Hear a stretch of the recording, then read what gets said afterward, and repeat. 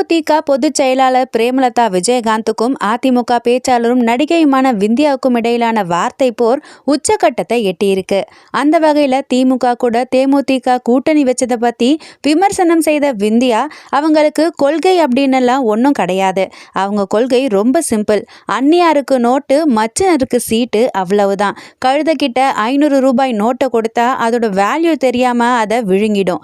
நல்ல வேலை இதையெல்லாம் பார்க்காம கேப்டன் சார் சீக்கிரமா போயிட்டாங்க, நல்லவங்க சீக்கிரம் போயிடுவாங்கன்னு பேசியிருந்தாங்க விந்தியா.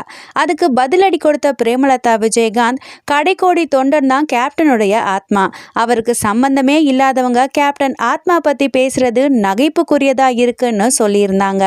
இந்த நிலையில மகளிர் தினத்தை முன்னிட்டு நடந்த மகளிர் அணி விழாவில் பேசின மகளிர் அணியோட நிர்வாகி ஒருத்தர், எங்க அண்ணி பத்தி தவறாக பேசினா அவங்க வாயை உடைச்சிடுவோம், மேலும் அண்ணியை பத்தியோ கேப்டனை பத்தியோ அவதூறா பேசினா அவங்க நாக்கு கண்டிப்பா துண்டிக்கப்படும், அவங்களோட வீடு முற்றுகையிடப்படும், இதெல்லாம் வெறும் வார்த்தை கிடையாது, கண்டிப்பா செய்வோம் அப்படின்னு ரொம்பவே ஆவேசமாக பேசியிருந்தாங்க.